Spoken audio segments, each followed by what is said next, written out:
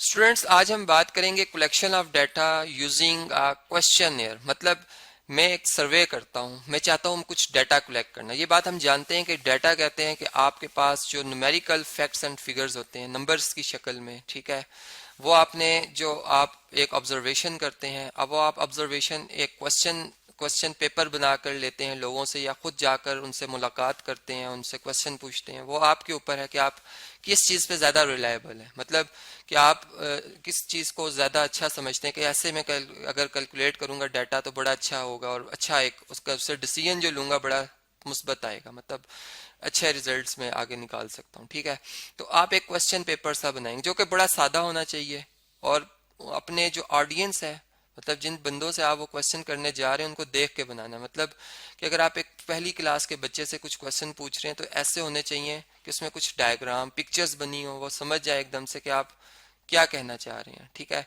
अब देखें यहाँ पर अगर मैंने क्वेश्चन एयर बनाया बॉयज स्कूल्स के हवाले से, मैंने उनके फेवरेट स्पोर्ट्स के हवाले से जो है उनसे पूछा है।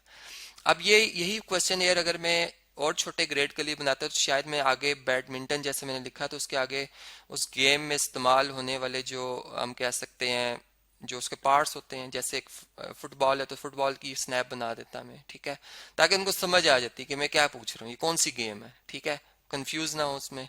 तो ये क्वेश्चन बनाना भी एक इसमें टेक्निक होती है। चले हमने क्वेश्चन एयर बनाया, इसको हम अब डिस्कस करते हैं। मैंने स्टूडेंट के वाले से कि ये पढ़ सकते हैं, समझ सकते हैं इस बात को। हमने दो क्वेश्चन लिखे कि आपकी फेवरेट जो स्पोर्ट है, आपने बस उसका जवाब देना। असल क्वेश्चन हमारा ये है। ठीक है, और आगे ये जो है ईयरली स्टेटमेंट, ये उनको इस पेपर को फिल करने में मदद दे रही है। क्या कि हमने इनको ये भी लिख दिया है कि आपने जो जो ये लिखे हुए हैं स्पोर्ट्स, इनके आगे एक छोटा सा बॉक्स बना हुआ है। ठीक है, जो आपको बेस्ट लगता है उसमें से आपने चूज करना है। Choose only one sport. ठीक है, एक ही, यानी कि दो आपके उस पर क्लिक नहीं होने चाहिए। ठीक है, दो पे आपने मार्क नहीं करना।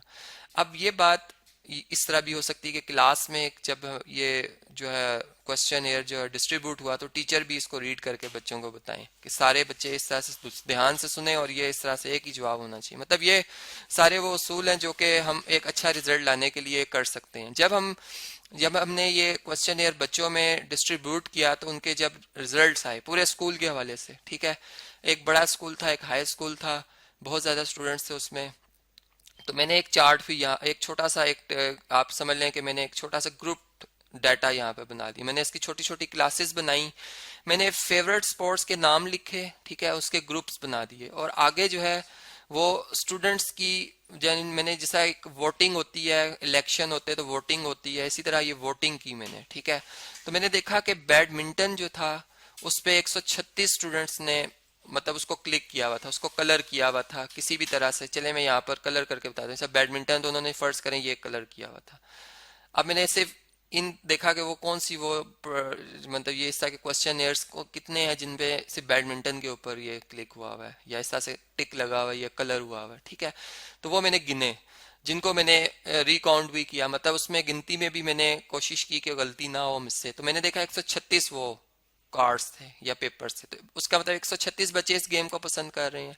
फिर बास्केटबॉल के लिए मैंने देखा तो उसके 180 वोट्स मुझे नजर आए। ठीक है, मैंने गिने तो 180, इसका मतलब कि बास्केटबॉल तो फिर बैडमिंटन से ज्यादा बच्चे उस स्कूल के खास तौर पर ज्यादा पसंद कर रहे हैं। जो भी एबीसी स्कूल था आपने देखा होगा क्वेश्चन पे लिखा हुआ था।